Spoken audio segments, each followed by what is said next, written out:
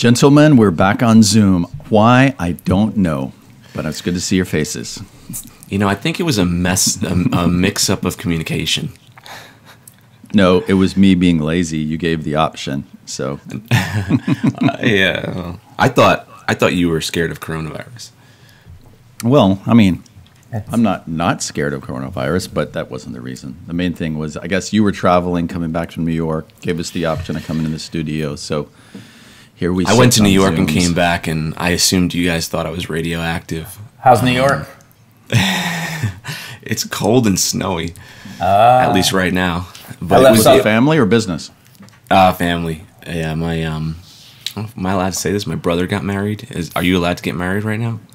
Yes, in this age. Okay, they're not going to come get you. Okay, they're going to void his marriage. Yeah, no, my brother got married, and I tried to convince him not to have the wedding in February, but you know, he really wanted to get married, and so it was just a small kind of like family thing, but I had to pack up the family, and we drove to New York, you know, right to the center, and you know, stayed safe, came back, everybody's healthy, and that's really good. We had a good time. We avoided the snow constantly as we drove, so it was just it was a matter of timing. You had to, like, literally, you know, when to leave on what day so that you don't get hit by a snowstorm. But we're glad you're back. Yeah. Yes, glad welcome. to be back. Yeah. So topics today, guys. We had some fun on the last one talking about disruptions, changes, platforms. And I think we'll continue on that topic. Lots happening in the news. Big announcement, depending on when you're listening to this. Elon Musk recently investing in Bitcoin. All kinds of cryptocurrency stuff making the news. And Facebook versus Apple in the news continually. Brad, the Robin Hood fiasco is still haunting some people. Yeah, the Robin Hood fiasco. We talked a little bit about that last time. It's interesting, yeah. You know, I think today's discussion should be interesting because we're going to still unpack, you know, where we're heading right now in technology and how even our businesses rely on technology that we don't really have a lot of control over.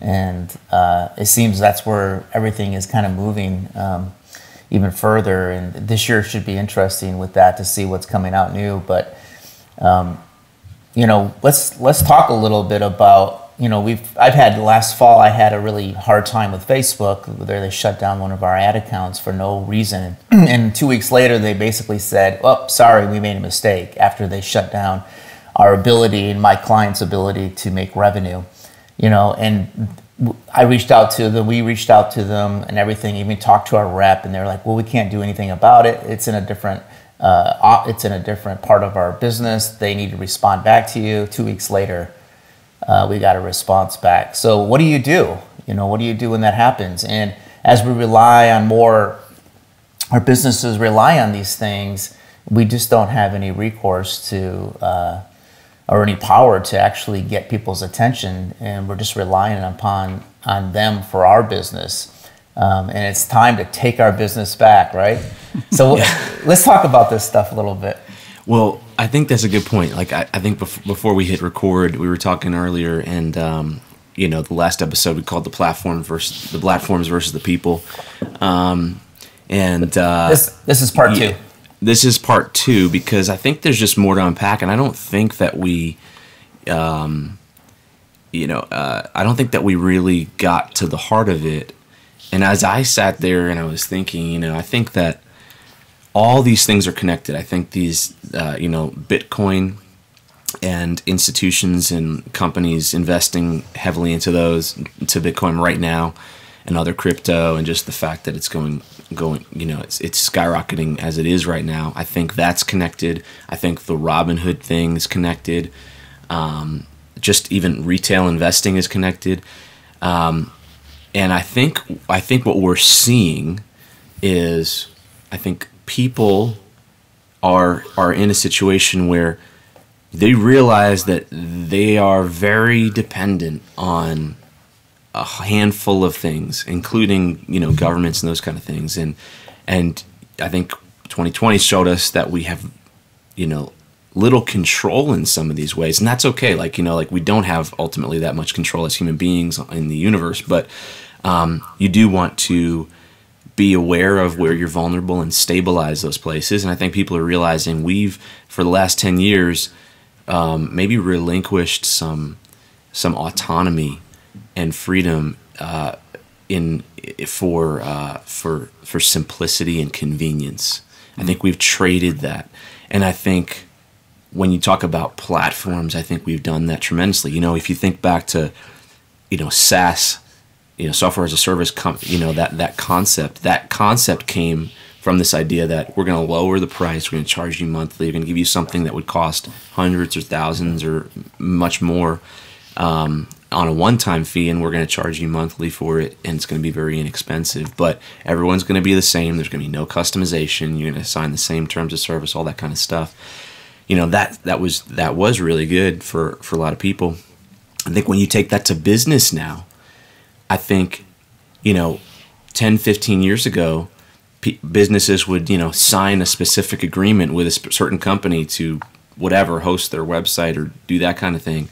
Now, you know, you just have often one person, the marketing manager or just the founder, like setting up an account, clicking the terms of service checkbox and continuing. And that business, that platform may generate hundreds of millions of dollars a year for that type of business, and you don't even realize the dependence that you have and maybe the lack of control. So I actually think this situation is way more, I don't want to say dire, it's just way more intense than we even are aware of. I think you're seeing it. And I still don't know if businesses are fully aware of it, but I think as agencies, we have the position to guide people. I also think as agencies, we're going to be around, sorry, not around, but in the conversation more because of it. Because, you know, I think that any platform that you use as a business, I think we realize you can be shut down on it. Most likely in some way. I think you have very little control. We've seen, you know, everything from Facebook, and these are not, you know, it doesn't matter what your beliefs are, but like the ability for platforms to just shut off your business because they don't necessarily agree with what you're doing. That presents a vulnerability. That presents a risk, and I think the risk is much greater than we realize, because I look around and I see these businesses, and especially I'm in e-commerce, so like businesses are fully dependent on these various platforms. You know, if like Shopify bans you and Facebook bans you, like you're literally out of business, right? Mm-hmm. And that's kind of scary. So I don't think this episode is about being scared. I think I have an opinion on why I think that's a really good thing and what I believe businesses need to do, but I just thought maybe we can unpack some of that too. Do you guys think I'm crazy, or do you think that I think it is bigger? I think you're crazy. No, I mean, I'm joking. Crazy. Hey, how many people? I mean, really, how many people actually read the terms of service? I have people that say, you know, they talk bad about Facebook, and they say, you know, about banning and stuff. And I said, why do you think that you own Facebook? Like, you don't. You signed a term of service agreement that you're going to work within a certain space. You have no control whatsoever. They have all the control. And that's a scary thing. So if I look at my business relies on a bunch of different businesses that I have no control over. Facebook is one of them, right? All the social platforms. Google, like we use a lot of Google stuff. We have a lot of data on Google. We use a lot of their services. AWS, Amazon. You know, that houses our servers and a lot of our data and things like that. And what do? Like, those are the big three. Like, those are the FANG, right? And so what happens when they want to do something? They could just shut you down. I mean, if you look at like the recent social app Parler, like their servers, they use AWS. Amazon shut them down. Like, how can they could just do whatever they want, to be honest with you. And again, maybe they had the right to do it. Maybe they didn't have the right. I'm not here to argue that. They probably had the right because a person signed a service of agreement. Correct. So they did everything within the law. But the reality is that when we rely on these big corporations. And the problem that I see is that the corporations are starting to become where they become our social gauge for our morality. And I think that to me is where that's a challenge, because when they become, and they have to do that at some level, because right, these platforms have to be safe. People have to feel safe on them. They have to feel like that they're in a place that they're going to want. But the challenge that I have, here's the challenge, is that Facebook is only Facebook because of the amount of people that are on the platform. As soon as people start to leave that platform, they are going to be worthless. So their whole goal is to make sure for their shareholders that they're making money, right? And that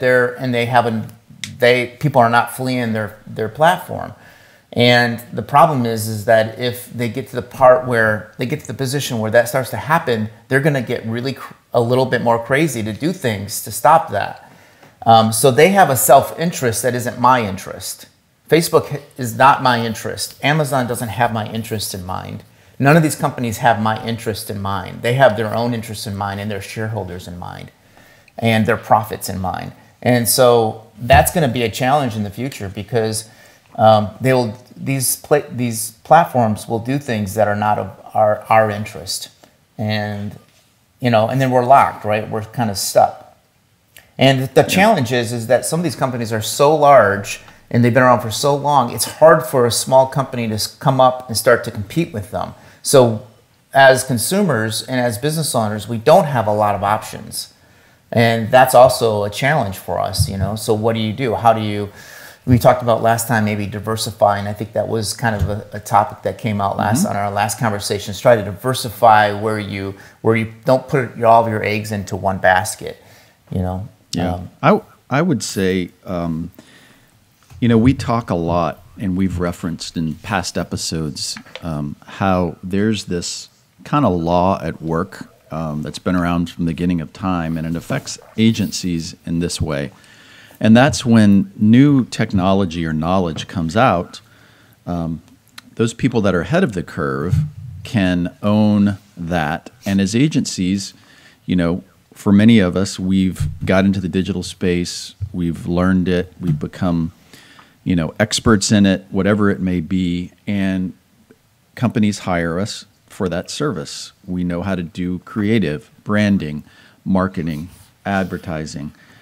But as more and more people learn that, then the value of those services go down. So, all of us on this call have experienced, how our services have become commoditized. So we used to be able to, people could use Photoshop, and if they're really good at it, they could charge a lot of money. Now you can get logos and outsource all your creative for $300 a month.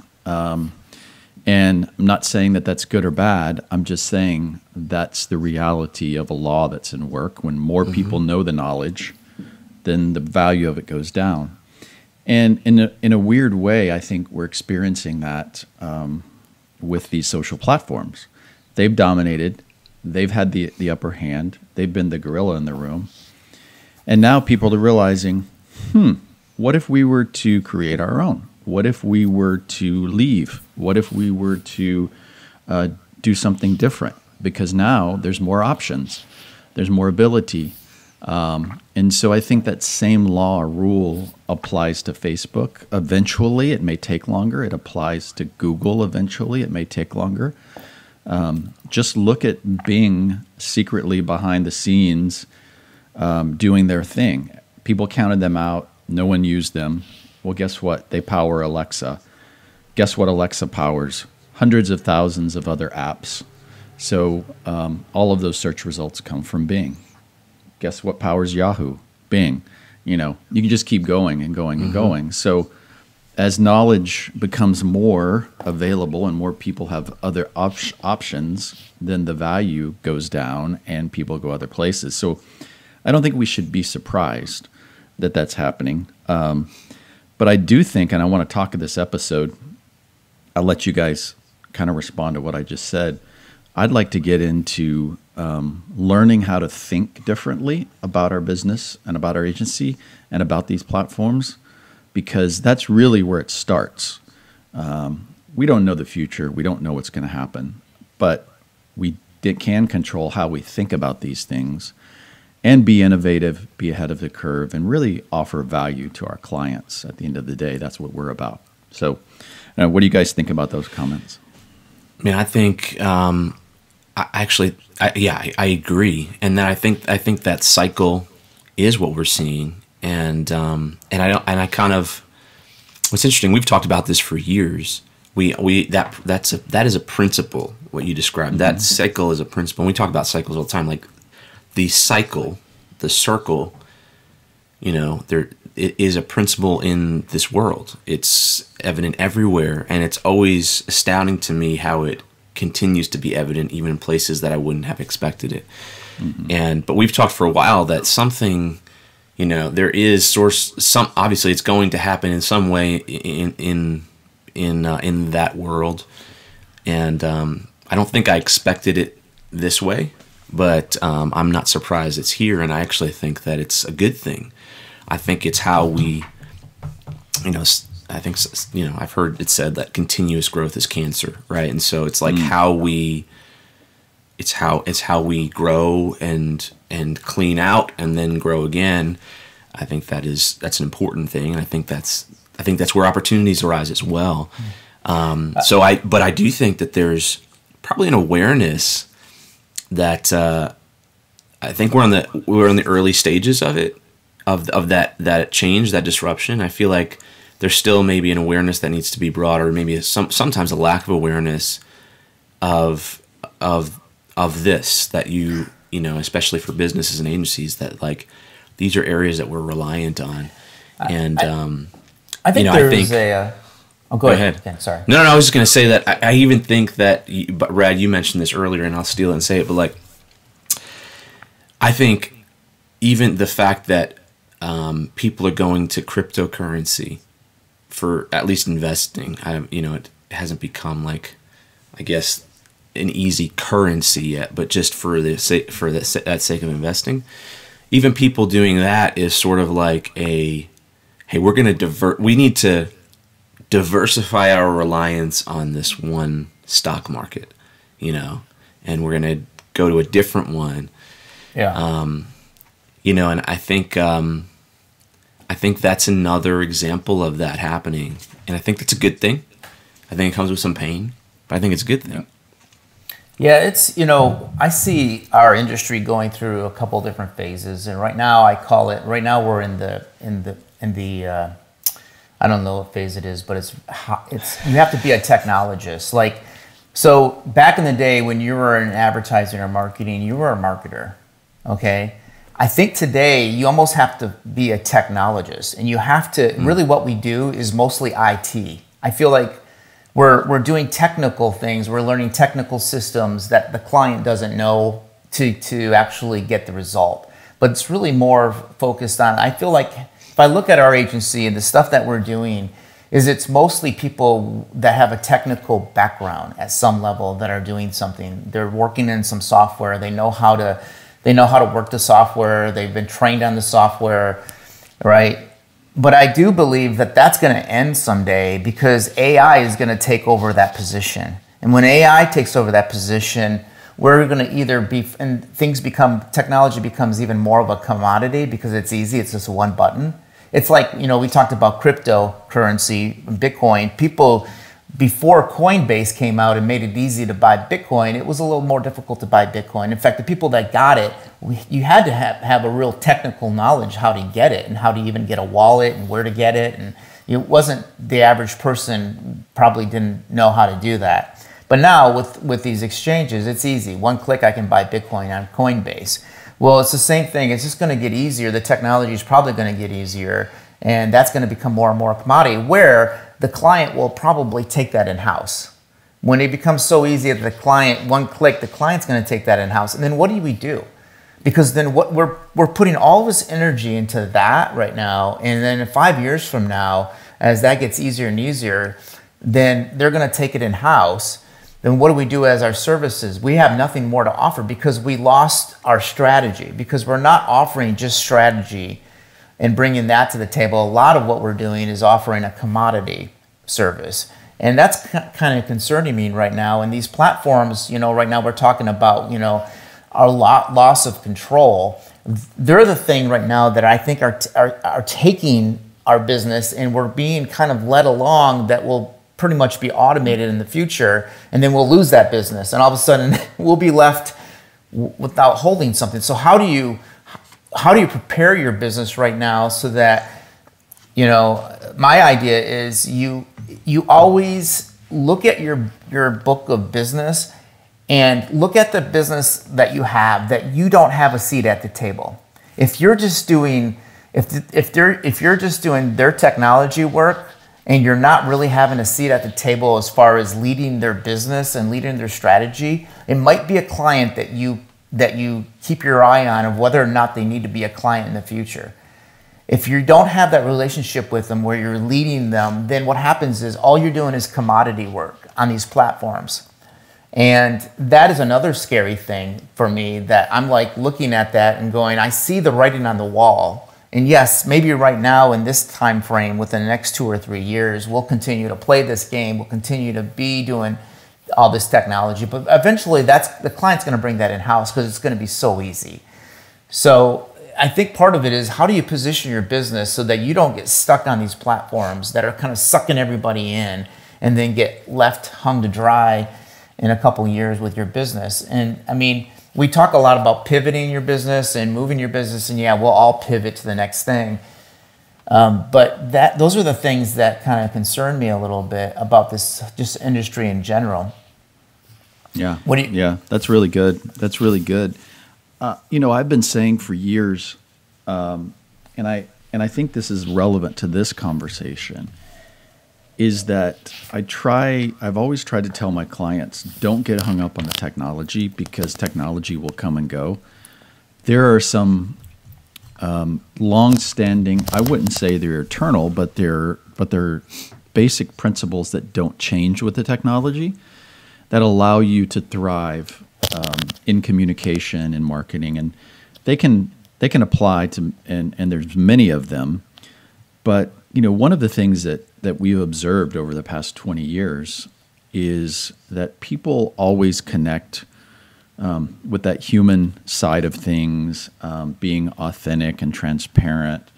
All of those things are what humans connect with. I've been writing a lot lately about how our brains are wired for long form story, and a lot of marketers and companies have been telling us for the last several years that it's 3 seconds, it's short, you got to get people's attention, and because people don't pay attention anymore.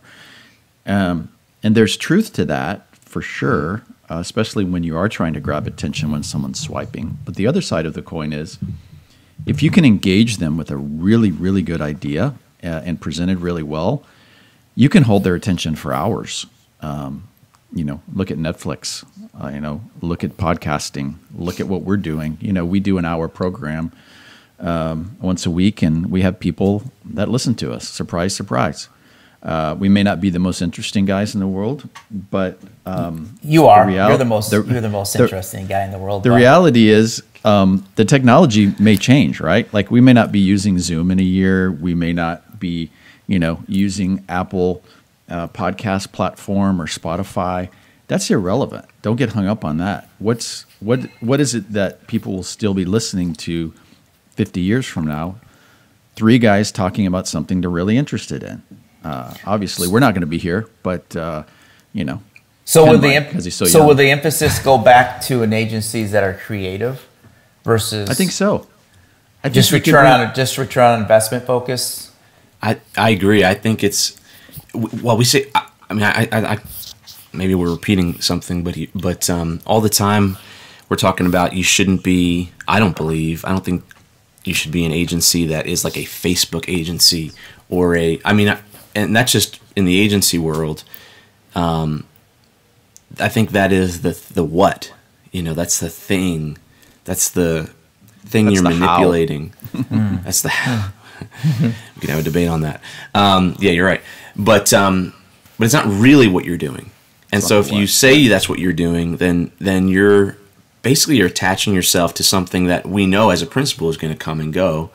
You want to attach yourself to something that's going to be forever. I mean, the same with like podcasting, or like I hear a lot of people be like, you know, I'm a YouTuber.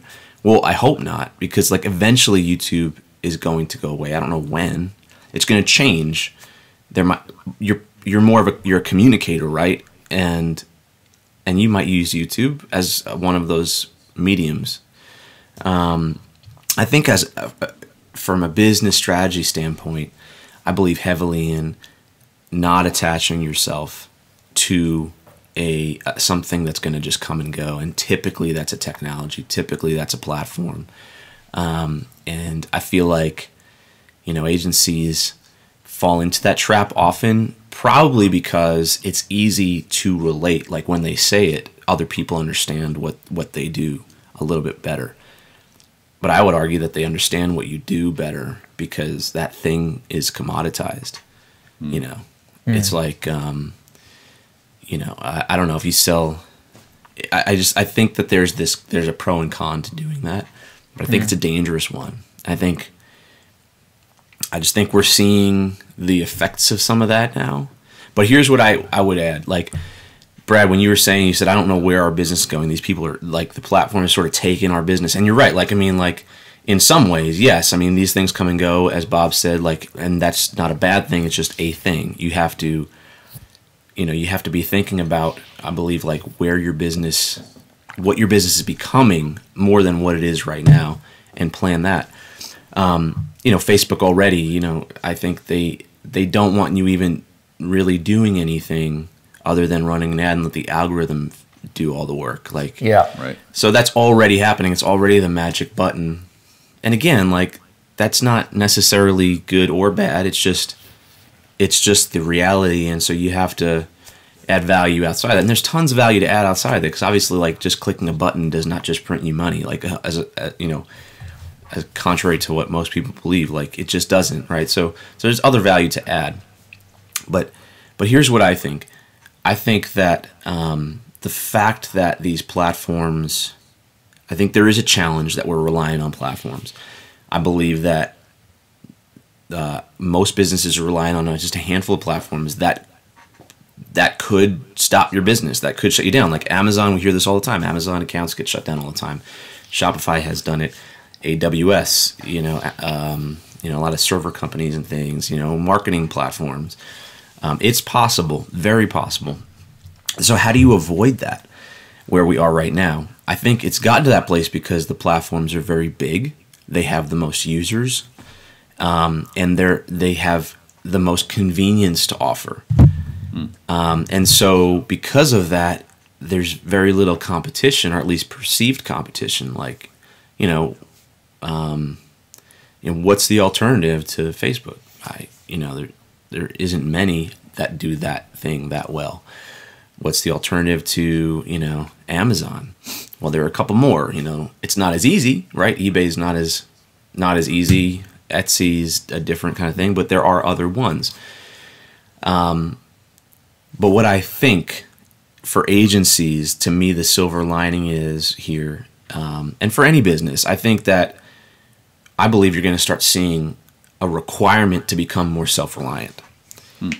So what I mean is, maybe you don't go on Shopify. Maybe you go back to building your own e-commerce store. If you're in a certain business where you're able, I think businesses are going to have to assess, at least be aware of, like, hey, we have a $100 million business that's relying on this platform. Is it smart to just blindly trust them, or should we be thinking about what if they don't let us do our thing on that platform? And I think that's the challenge, is that we all have clients that are getting into, like, e-com, for instance. Let's take that for example. And we know that the quickest way, the cheapest way, without them spending a lot of capital investment, is to go on a platform like Shopify. But if they become such a large business, right, where 80% to 90% of their business is e-commerce, they probably think a little bit differently about using the platform, and they might think about investing capital resources in something that they own, and they're not reliant, and they can do whatever they want. They can build on top of it whatever they want, and not be limited to a platform's offerings. Right. Well, this is the beauty of, open source, right? Really, if you go and look at Facebook, Mark Zuckerberg built it on open source technology, right? And that, I think we're talking about really how we think. And I'd love to kind of go down that road. I think I may have interrupted you, Brad. Did you have something else you were saying? Oh, no. Stream of thought? Nope. Yeah. So, a lot of people are hiring us really for our thoughts. Where do I need to be in a year? What technology do I need to use? I think, Ken, you said that correctly. Is for you, Medicake is an e-commerce company. Do you use Shopify a lot? Yeah, you do. Are you a Shopify agency? Not necessarily, because you teach and help, and really clients pay you to build out their e-commerce, make sure it converts well. And what I've seen agencies do, and I've done myself, is take the learning, take the huge masses of tests and quantity from, say, a Shopify platform that millions of people have used, and apply the same knowledge to your own open source or another more readily available shopping cart. There are dozens of them out there. There's nothing magic necessarily about Shopify. They do it really well, but you can take and recreate the exact same experience on another shopping cart. So just costs more time and resources up front. And I think for a long time, people haven't wanted to do that. Not, by the way, we do a lot of Shopify work. I love Shopify. I think that some of the things that these platforms have done is really magical and great. It makes you not have to worry about the thing, and you can work on your business. The reality is though, that cycle, once they get to a certain point, they've got, maybe there's, I'm going to ask the question, maybe there's too much power. Maybe they lose touch with the decision, the effect of their decisions sometimes, and maybe that is too much of a risk for companies, and maybe that means you should start, maybe you start thinking about, do I need to build my own? I'll let you talk about, because I know you want to go into this, but I help guide all sorts of companies, and a lot of times I'm talking with founders. And I've had a few really, really insightful founders come to me and say, hey, look, my entire business is on Shopify.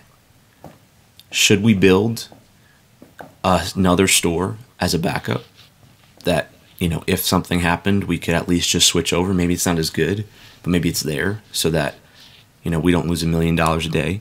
If they decide to shut us down, we have to rebuild something somewhere else. Again, this is not, it has nothing to do with beliefs, and I actually don't know all the details, but you look at something like Parler, what I understand is they didn't have any backup plan, and so everything was on Amazon. I don't even know if they still exist or not, but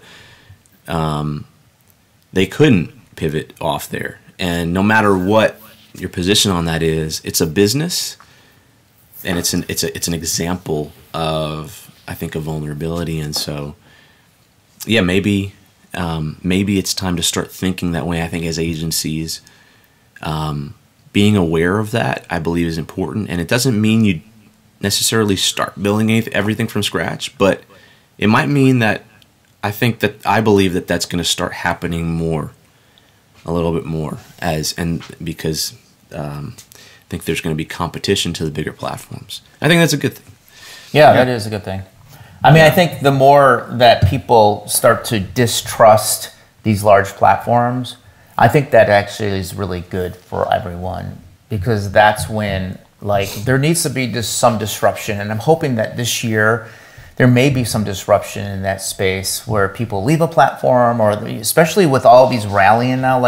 You look at the Reddit crowd, how much power they have. They just took down all these hedge companies that had all these stocks shorted, and the power that they can have, they there's a lot of power that they feel, and that can happen with anything. I mean, if they had a call to take down Facebook, that we're all going to shut down our accounts on Facebook, you know, they could probably organize that and do that somewhere, you know. And so until, you know, hopefully like Reddit doesn't shut them down. You're like, you know what I'm saying? There's this, they're still on a platform that has power and has a terms of service. But the reality is that I think there's a little bit of that right now in the air. And in 2021, I think that gives people more power to try to look at alternatives. And, you know, right now we're looking at like everything kind of trying to be decentralized. I mean, the cryptocurrency space with Bitcoin being decentralized, where it can't be manipulated. Everyone feels like the platform that they're on, the thing that they're using, somebody else owns and can manipulate it. And so that's why Bitcoin is so attractive, is because people are looking at the dollar right now as a liability, where Bitcoin's not a liability. Yet there's nobody that's going to tweak that to manipulate it. The dollar's manipulated every single day. And so it's this idea that we don't trust the big guys anymore. What does that mean for us? I don't know where that's going to go, but I definitely know there's going to be change. And it could be faster because of it. The tech, whatever we build to make us feel more powerful as individuals, as companies, in control of our own stuff, I think people are going to put a lot of energy into that. And that might be a decentralized data that's like on a blockchain that we own, and somehow we actually lease that to companies like Facebook, so they don't really have control of stuff. Somehow we can lease that quickly to other companies that want to fill in the gap if Facebook's not the right place, and maybe some other places. There might be some protocols that allow that to happen, so that we completely kind of protect only our stuff, and then we can switch it quickly on a different platform if we decide to. So now we're leasing our information to that platform versus them owning it. There's all types of ideas that are going around, and I think a lot of these will be developed soon. Yeah, and I think where the rubber hits the road for me is learning how to think, and then learning how to apply that thinking, so that you don't succumb exclusively and find yourself in a situation where your agency, your business, even your knowledge that you offer to your clients is dependent solely on platforms, and it's easy to slip into that. Yep. I've been reading a book, guys, and I would advise you to read it. It's called Think Again by Adam Grant. Adam Grant, he's written a couple of previous books. I think this will probably be his biggest yet, but it just came out, and he's a organizational psychologist and kind of helps businesses kind of how to think. And he lays out I guess it's a structure of what he has found in many years of study and experiments. But as a psychologist working with businesses, he breaks it down into kind of 4 boxes in the way that we approach our lives and the way that we think. And I think it's really helpful. I've been learning a lot from it. He says we either think like a preacher, a politician, a prosecutor, or a scientist. And ultimately, his premise is, especially as business leaders, we need to think more like a scientist than anything else. He says, when we think like a preacher, it's no proof required. There's ultimate truth. Don't question it. This is the way it is. You can think like a politician, which is no training required, but my worldview and my team. Very true. My worldview and my team is the correct way to look at things, right? So we're right. And then a prosecutor is, I'm going to prove to you that you're wrong, and I'm going to attack the way you think. And then there's thinking like a scientist, which says experiments are required, and I'm going to rely on the evidence. And here's the key. The whole book is about getting to the point of humility, right? I think this is the very base level thing of saying, I reserve the right to be wrong, and I could be wrong in every situation. And it's really humility. And he gives an example. One of the example he gives, and this is where the rubber hits the road, is BlackBerry, right? The president of BlackBerry, super innovative, thinking like a scientist, said, all these cell phones that are out. You've got to like back before the BlackBerry, back before the iPhone. If you wanted to text somebody, you had the number keypad, and you had to like jump through hoops to one number was equal to 3 letters, and so you had to click it a couple of times. You guys remember that? Yeah. And so he basically said, what if we created a keyboard on a device, a mobile device, and it could send email back and forth, right? Sending email on an old flip phone was next to impossible. Couldn't do it. And so he tested that hypothesis, and BlackBerry blew up. At one point, it was worth something like tens of billions of dollars. And then, his developers and his engineers came to him and said, Apple's going to be coming out with a phone, and we think you need to embed a browser to access the web. He resisted for 10 years and said, no, it's going to drain battery life, cannot embed a browser. He ceased thinking like a scientist, and, the rest is history. BlackBerry's, one of the biggest failed companies to really, and they had such a huge opportunity. And I think when we stop thinking like scientists, as in our businesses, and even in our lives too, and we navigate toward, no, I'm a politician. I'm going to think like a politician, or I'm going to think like a prosecutor, or I'm going to think like a preacher. There's no other way. My way's the only way, or I'm going to prove everyone else wrong, whatever it may be. But to be open to say, I'm going to be willing to experiment. I'm going to be willing to reserve the right to say I could be wrong in this.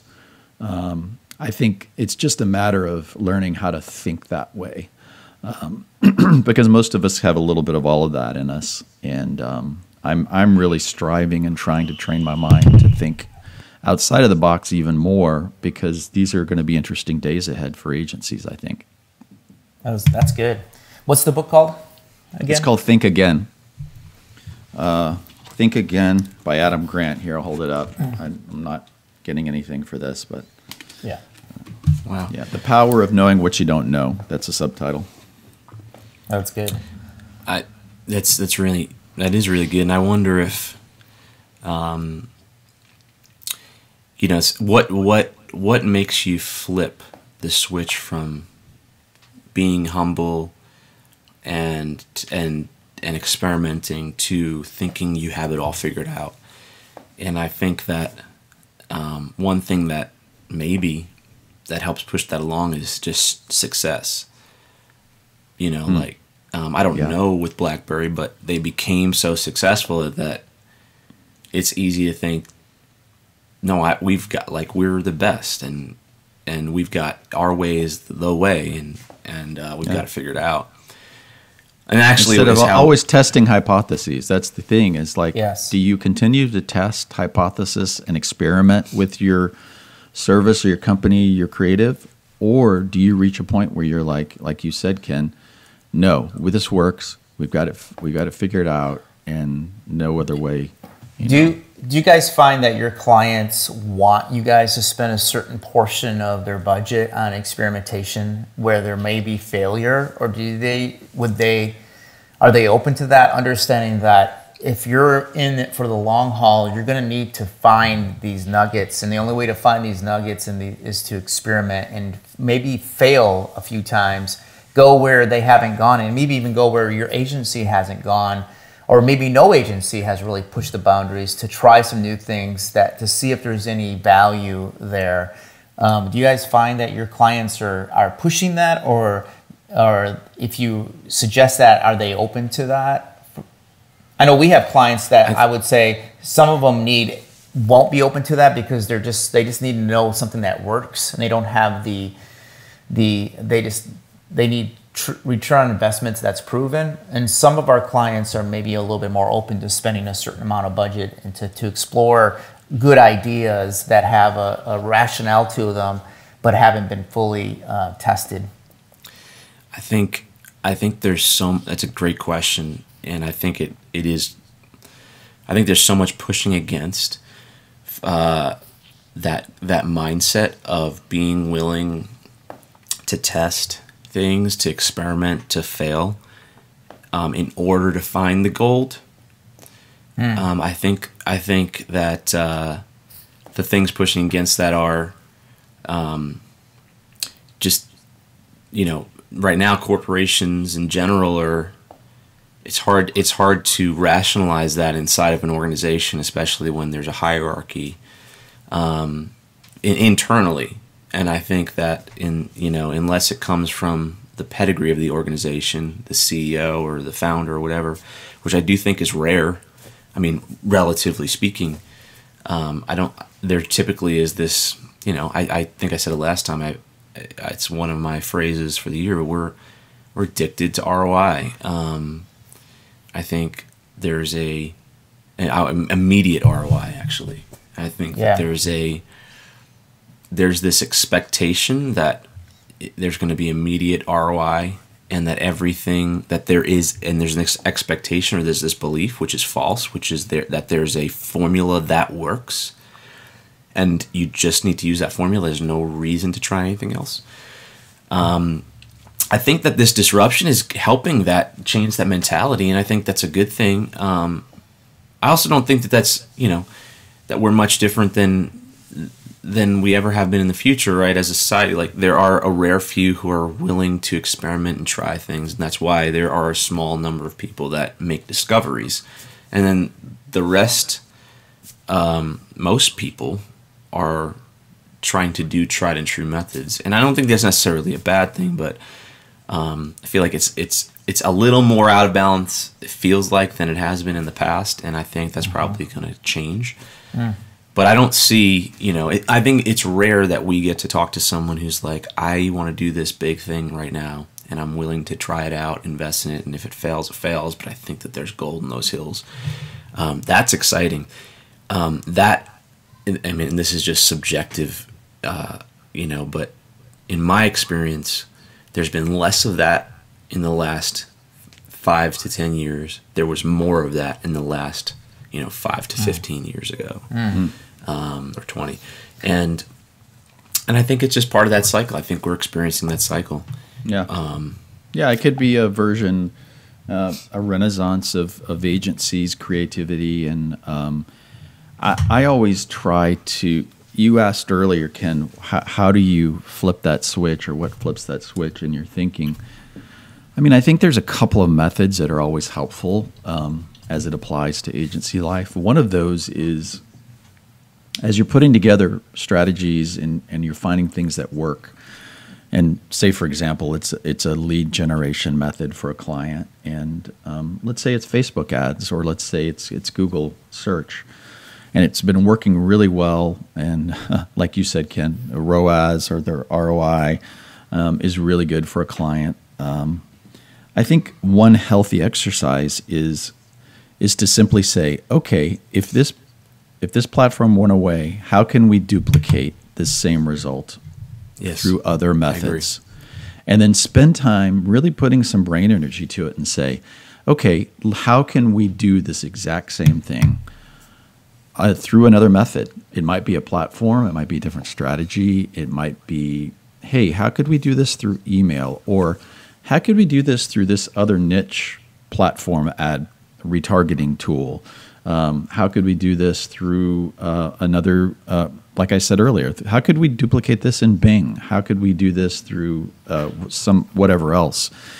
And then the other thing, another method I think that's really helpful too, kind of along the same lines, is when you find something good to be true, this can apply to anything in your life, ask yourself, how is it also not true? Okay? So, for instance, if you say, I think Tesla is the best electric car out there, and they're just amazing. Okay, that's true on many levels. But how is it also not true? How is Tesla not the best electric car that's out there? How can it be improved? How has other companies done something better in the electric car business? And how is it the opposite?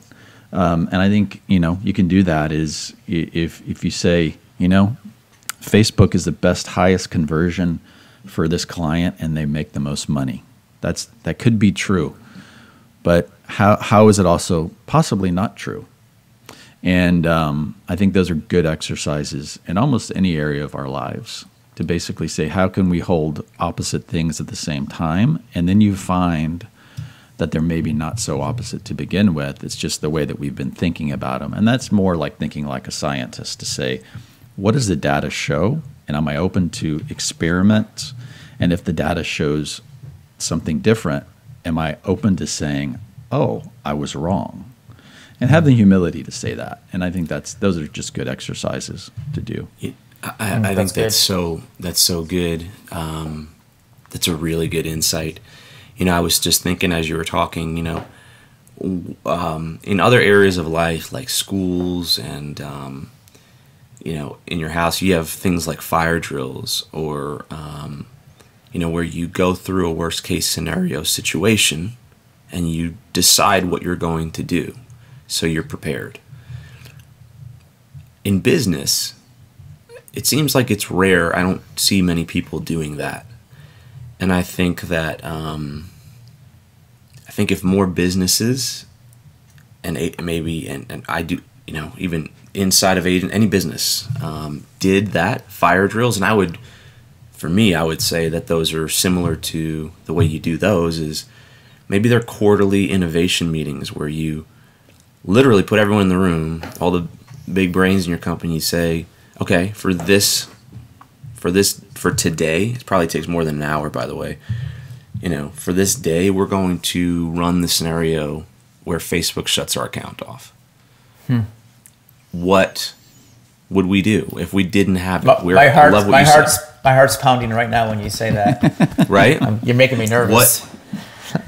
And it's a great thing, and me too. But it makes you nervous because you're not prepared, right? Like if you're prepared, It's like less nerve wracking, right? And you run that scenario so that Bob, what you said, like how could we get the same? Okay, let's say Facebook's gone. How can we get the same result from these other platforms or from television ads or whatever? Let's say the internet shuts down. Like I used to say that kind of jokingly, but seriously to my clients, like just to consider that.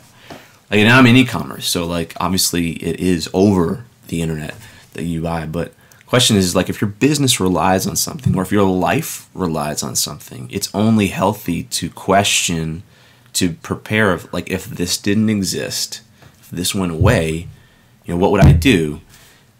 Because it's worth it.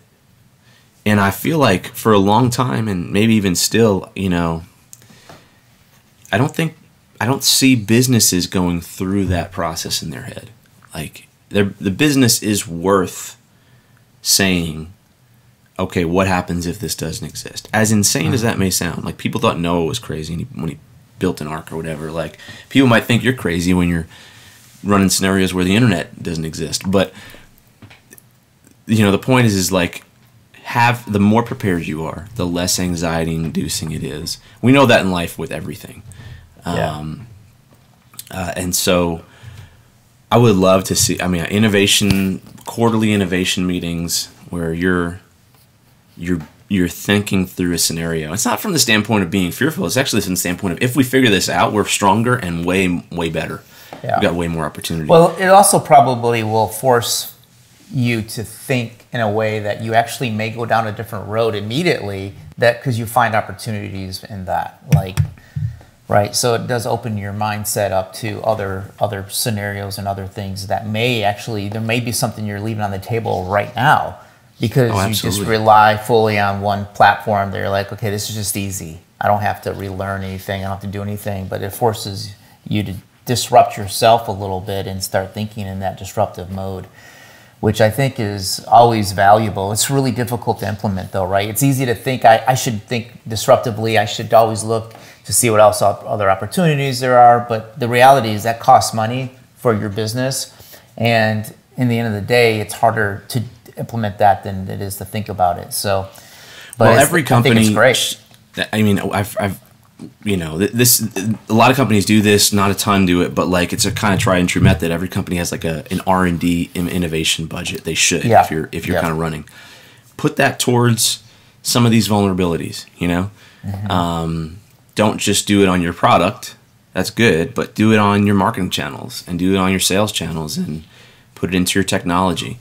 You do that, and I think that's where agencies should do that for themselves. Like, you know, I'll kind of, I know we're at time, we're going to end on this, but you know, Bob said, you said like we're an e-commerce, you know, agency, if that's even the right word.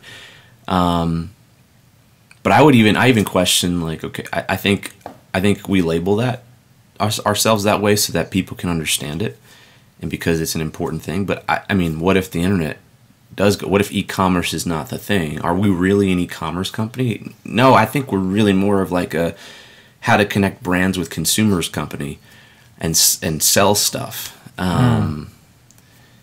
You know, and so, well, what if we couldn't use platforms like Shopify? Like, what would we do? Like, running those scenarios for us. That's good. And you know, honestly, we've done some of those, and what comes out of some of those things is that's why we have a content business. That's why we have, you know, some of the educational businesses underneath our umbrella as well. That comes out of those questions, at least for us. That's really good. That's really good. Guys, thank you for the time this morning. Fascinating conversation. I guess, you know, we could pick it up again, or who knows what we'll talk about next time. Yeah, we'll be in the office next time, though, or in the studio. Yes, let's get face to face. All right. Sounds good, guys. Okay. All right. Until next time. Talk to you soon. Ya. Bye. Okay, bye-bye.